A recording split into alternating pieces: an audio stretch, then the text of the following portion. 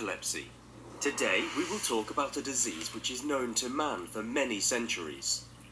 In layman terms, this disease is simply called fits, while in medical terminology it is known as epilepsy.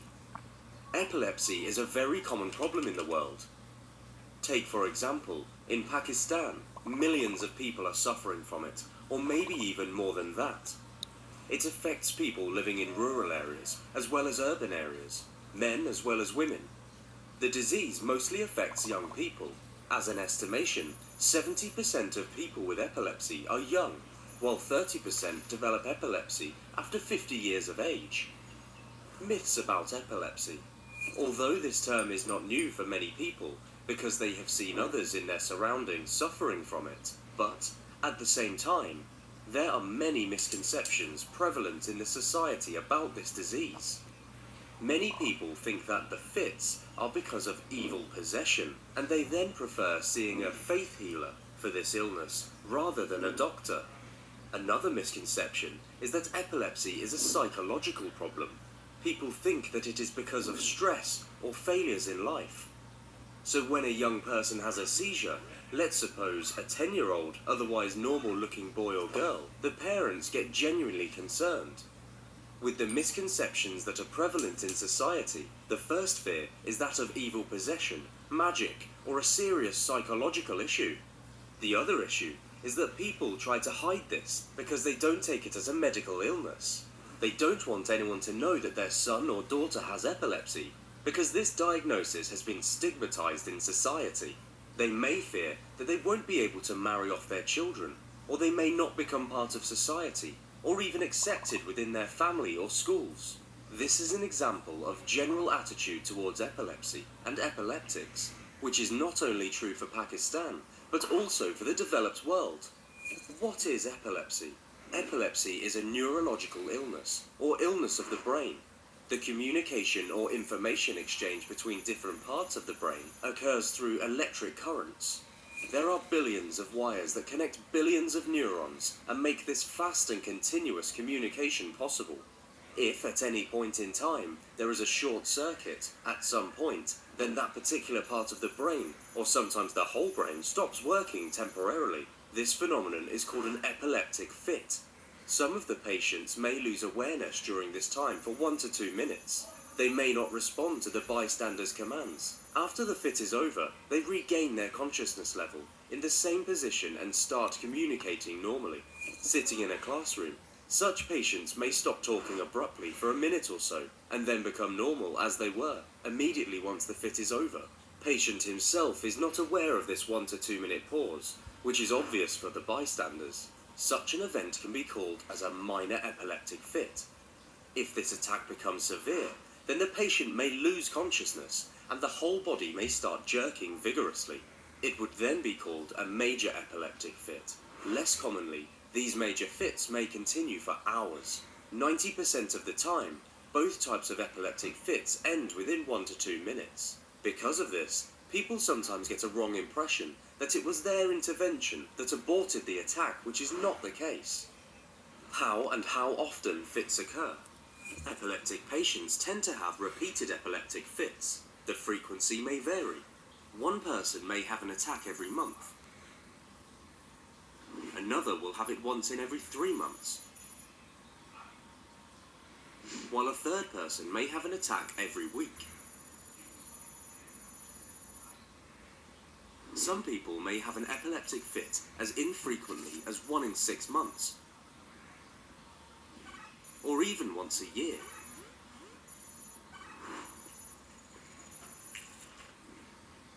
Some epileptics may have fits only at night,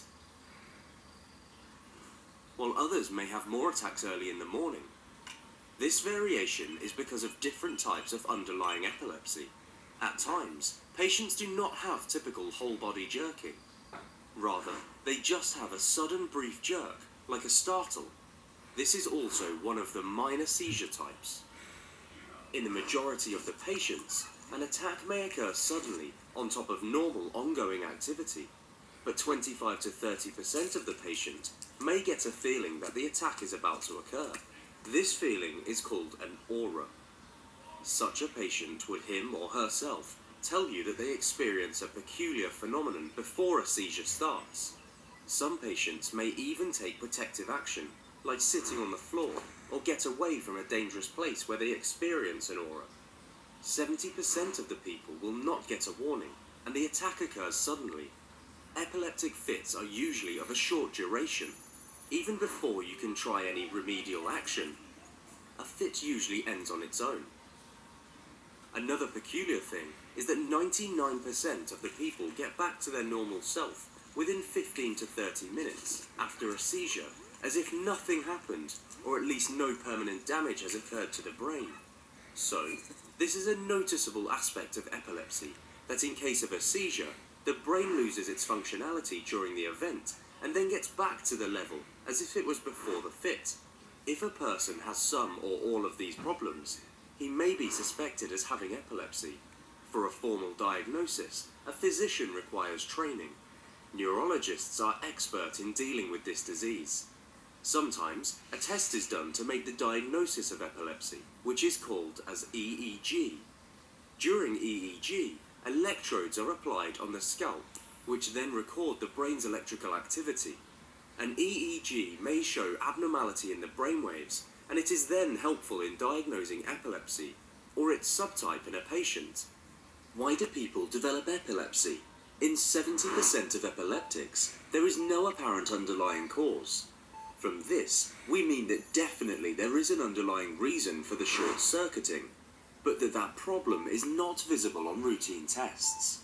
In 25 to 30% of the patients, epilepsy is secondary to prior stroke, head trauma, or infection of the brain. But as we said, in 70% of the people, no underlying lesion is identified on brain imaging. Secondary epilepsy is potentially preventable, i.e., if you prevent a stroke or brain infection from happening, you are also preventing the secondary epilepsy that may follow these illnesses. At times, seizures are because of electrolyte imbalance or less glucose in blood. For example, decrease in blood sodium and glucose levels are commonly encountered causes of seizures. Seizure may be due to consumption of many of the illicit drugs, like alcohol and cocaine. Is epilepsy treatable? In 90% of the patients, epilepsy is completely treatable. We know that it is an illness of the brain and how it is treated. Mostly, treatment is possible through anti-epileptic drugs. These medications are to be taken for long time periods regularly. Duration of therapy is between 3 and 5 years, or maybe 10 years, or even longer. The most effective way of treating epilepsy is timely and regular administration of these drugs. Most of the times, single drug therapy is sufficient. An important point to remember is that good control of seizures doesn't mean that one can stop the drugs. This is because seizures can reoccur if medications are stopped. Our target is complete control of both minor and major seizures for at least 3 years before we can consider stopping these drugs. 60 to 70% of epileptics don't require lifelong therapy, and anti-epileptic medication can be successfully stopped after 3 to 4 years. In patients who don't take their medication regularly, epilepsy may become refractory, and they then have to take lifelong therapy. 90% of epileptics can lead an absolutely normal life. We have medical students, physicians, and PhD doctors who are epileptics. Similarly, engineers and people working in airlines are continuing with their professional lives on treatment. Epileptic patients can continue with their education, jobs. Girls can be married off and have children and look after them. All of this is possible if epilepsy is well controlled. Anti-epileptic drugs are usually safe and can be taken for long periods of time. A lot of these drugs can even be used during pregnancy. In children, the anti-epileptic drugs are slightly different, but even then, epilepsy can be well controlled with them. Can surgery help in epilepsy? Only 5% of people with epilepsy have such an illness that it can't be adequately controlled on drugs. Even in them, we have now surgical techniques available. In these epilepsy surgeries, we firstly identify the point in the brain giving rise to seizure and then remove that focus. This is known as epilepsy surgery. So now, in a majority of this subpopulation, seizures can be controlled to a large extent through surgery. What are the precautions for epileptic patients? Epileptic patients have to be cautious about 2 to 3 things while taking the drug therapy. For a specified period of time, we ask them to stop driving, swimming, going alone on heights, or playing video games or watching television for long times. We prohibit them because bright lights, to which they may be exposed to during the latter activities, can provoke seizures in some epileptic patients. Lack of sleep and not taking drugs on time are other important causes of provoking seizures in epileptics. Epilepsy is a treatable medical illness. The key message is that epilepsy is an illness of the brain. It is not something to be ashamed of. This is not due to evil possession or any supernatural phenomenon. It is an illness, just like common cold or pneumonia, etc. It is completely treatable, and with the currently available therapeutic options, living a normal life with epilepsy is absolutely possible. So if someone has a similar symptoms, he or she should see a doctor and get treatment. They should behave and feel like a normal part of society. In reality, these epileptic patients, if properly treated, can become an important part of our society and can serve humanity as much as anyone else.